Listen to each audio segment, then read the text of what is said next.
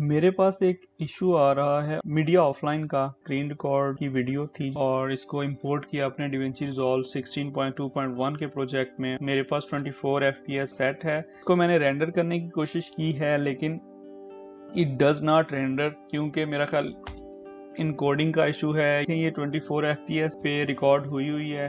सो मैं एक नया प्रोजेक्ट क्रिएट करता हूँ और अब मीडिया इसके अंदर इंपोर्ट किया है और इसको एडिट पेज के अंदर लेके आया हूँ, फिर चलाता हूँ लेकिन नहीं, अभी भी काम नहीं कर रहा। तो इसकी प्रॉपर्टीज में देखें, ये 24 FPS ही है। एक अनटाइटल प्रोजेक्ट ओपन किया है, FPS डाउन करता हूँ 16 पे और इसको सेव करता हूँ, लेकिन इशू वहीं पे है।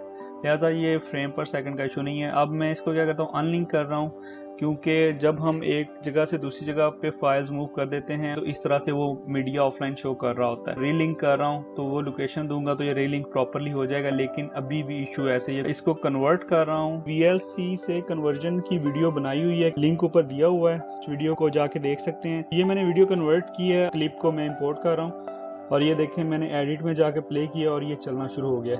अब मैं इसके साथ वीडियो एडिट कर सकता हूँ, इसको एक्सपोर्ट भी कर सकता हूँ। इश्यू जो था वो मे बी ये था कि जो इनकोडिंग यूज हुई थी वो सॉफ्टवेयर इनकोडिंग थी। अगर इसके अलावा कोई और मेथड है जिससे आपने इसको हल किया है तो काइंडली वो भी कमेंट्स में बताएं ताकि दूसरे लोगों की हेल्प हो सके। वीडियो देखने का बहुत शुक्रिया। Bye for now.